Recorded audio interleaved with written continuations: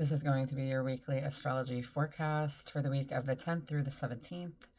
Yes, the 10th was yesterday, but life happened and I was not able to show up for this as I wanted to. So if you're joining me today, thanks for joining me, or whenever you're listening to this, it's going to be accessible for the rest of the week and whenever you decide you want to listen. This is not a light week. Okay, this is a pivot week, and we're closing one energetic timeline and stepping into another.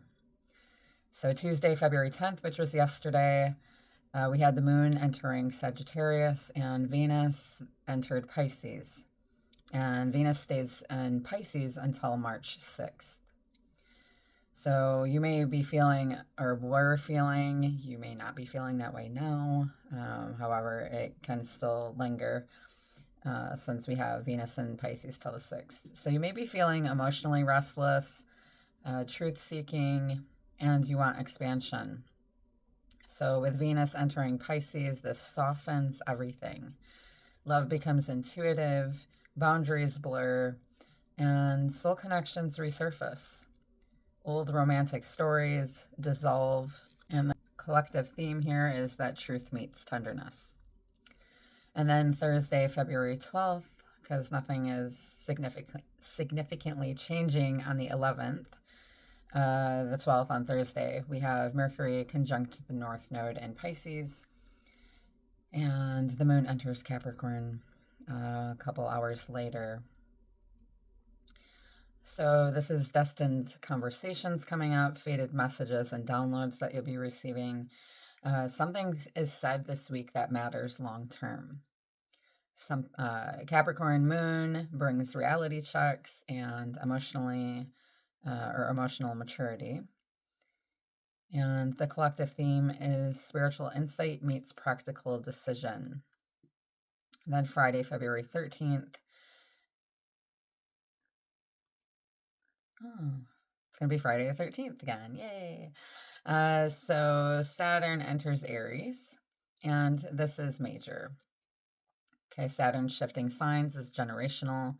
We move from emotional karmic clearing, Pisces, into karmic accountability around your identity and leadership, which is Aries.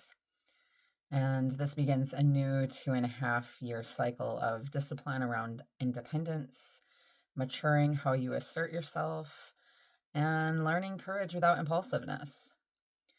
And the collective theme there is grow up, but boldly. And then on Sunday, February 15th, we have the moon entering Aries early in the morning. And this brings detachment, observation, clarity through distance. You may emotionally pull back before the eclipse reset that we're going to have on the 17th. Then Monday, February 16th, it's my birthday. Not President's Day, it's my birthday. Keep that in mind. Forever 29, but with more wisdom. So the sun in Aquarius squares Uranus and Taurus. There's a square on my birthday. So then we've got, that happens exact at 12:01 a.m. Eastern Standard Time, so I'll be asleep or going to sleep. And then Mercury and Pisces trining Jupiter and Cancer. So that's good that we're having a trine. Okay, and that's at like 4:31 p.m. Eastern Standard Time. Adjust it for your location. And this brings unexpected shifts, nervous system activation, sudden truths. But Mercury trine Jupiter and Cancer is beautiful. And emotional conversations expand, and support shows up, and wisdom comes through vulnerability. And the collective theme here is shock and support. And then Tuesday, February 17th, we have at 7:02 a.m. Eastern Standard Time, we have the new moon in Aquarius, which is also a solar eclipse. We're not going to be able to see it from here in the States, and I don't think Europe is going to be able to see it either. This is the solar eclipse energy portal. So it's not just a new moon, it's an eclipse reset. So Aquarius equals future, networks, collective identity, rebellion, liberation, humanitarianism. And this eclipse resets friend groups, um, shifts online presence, ends outdated community ties, activates destiny through collaborations. And at 28 degrees, this is a critical degree energy, urgent, final, fated. So expect sudden revelations, okay, technology shifts, breakthrough, clarity, leaving one timeline, entering another. I believe they call that the anaretic degree, actually, in astrology, that 28 degrees, unless that's 29, maybe 29 degrees. So look in your birth chart for the house that contains 25 degrees Aquarius, or sorry, 28 degrees Aquarius. Any planet between 25 degrees to 29 degrees Aquarius, Leo, Taurus, Scorpio. Okay. And you may also want to look. So hold on. Yeah, this affects my 11th house and my 5th house. My 11th house is Leo, so that affects community for me, and 5th house, creative identity, because that's where I have Aquarius. Also, my 8th house is Taurus, and Scorpio, I have 2nd house. Mainly my 2nd house. So you want to see where it's showing up for you. And if you need help doing that, I'm your gal. So that is where the eclipse is rewriting your story, okay, where you have those signs showing up for you in your birth chart. So we are also entering the year of the horse on February 17th, okay, leaving the year of the snake. And the year of the snake was strategic, quiet. I don't think it was very quiet. Calculating, shedding skin slowly. So it's bringing up things pretty much that you had to, that are no longer a fit for where you're heading, that you need to take control of and release the old narrative that's holding you down, that's keeping you stuck. Okay, taking control of your worth and stability. So the horse energy is different. Okay, we have fast movement, being visible, bold independence, momentum, the fire element drive. And the horse does not hide, it runs. Okay, whether it's chasing something or running after what it wants. So paired with Saturn entering Aries, this is acceleration with responsibility. So Saturn will be leaving Pisces. So this year rewards self-led vision, movement, courage, authentic expression, and it punishes hesitation, playing small, waiting for permission. So if you'd like to know how the eclipse energy or the Saturn moving into Aries is going to affect you and your birth chart and you know, moving forward here into the year of the horse, I can give you an astrology reading. You can contact me through direct message or through my email. Okay, so, and a special message for Cancer, Sun, Moon, and Rising, or anywhere else that you may have Cancer in your birth chart, because those are the ones that responded yesterday when I mentioned that my astrology forecast was going to be behind. So, of course, you responded. I've actually got some of my best friends are Cancers right now, so that's pretty awesome. Mercury in Pisces, trining Jupiter in Cancer, directly blesses you. Your emotions are wisdom right now, and your intuition is correct. Your softness is strength. And this eclipse hits you in your 8th house themes if you have Cancer rising. So deep transformation, or 9th house themes, depending on your degrees.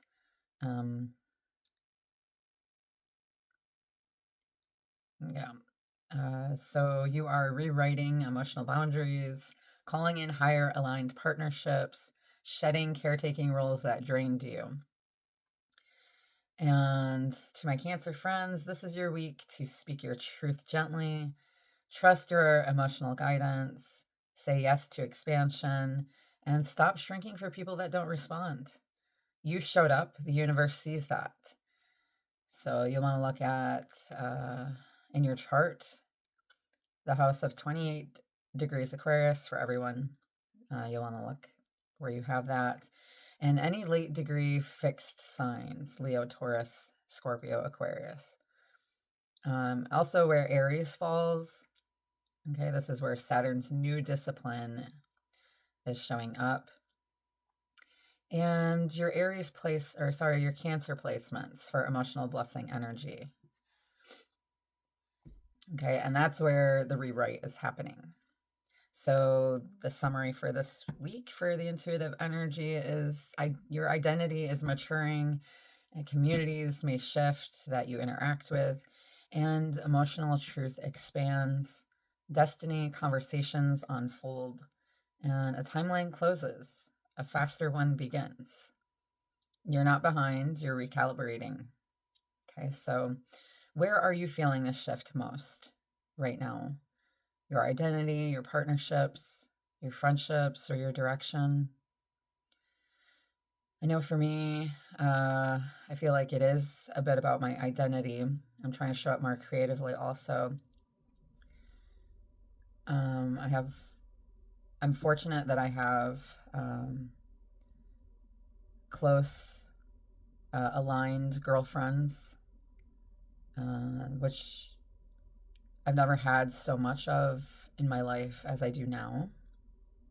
We're at a distance physically from each other, but we're still close. We talk a lot, so I'm really fortunate for that. And also in my direction, it's been difficult for me to follow this path because let's be honest, I'm not making a whole lot of money from it. There's a lot of readers out there and there's a lot of competition. And then there's people who think that they shouldn't have to pay for our energy work. And I feel like we're moving out of that, moving more towards the understanding of it. But I feel like a lot of people also are deciphering things for themselves. Of course, it doesn't hurt to get a more experienced, intuitive pull on things, for somebody else to look at the intuitive energy around something that you're wondering about, asking about, trying to gain clarity. Sometimes we can't always do that ourselves and we need assistance from somebody else, like a different point of view, a different perspective on things. So that's where I come in. So I'm also getting into trying to expand my skills into being trauma intuned. So I'm trying to get a certificate for that. So I can work with a different array of people.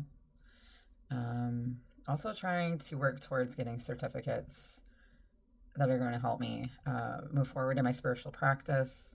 I may introduce some somatic healing also and try to get a certificate for that as well. Oh, my alarm's going off, so I have to go work. I hope that all of you have a wonderful day, and if you're interested in a personal astrology or tarot spiritual guidance, you can direct message me or email me. If you're on Facebook, I have my reading options listed in my highlight section. If you're not on Facebook, I usually have like a pinned post that tells about me as a reader, shows my reviews and offers also. So if you have any questions, contact me. I'm sending you lots of love and light. Don't forget to ground yourself and be in meditative flow. That helps you to get through this energy and helps to bring the intuitive answers that you need. So, namaste.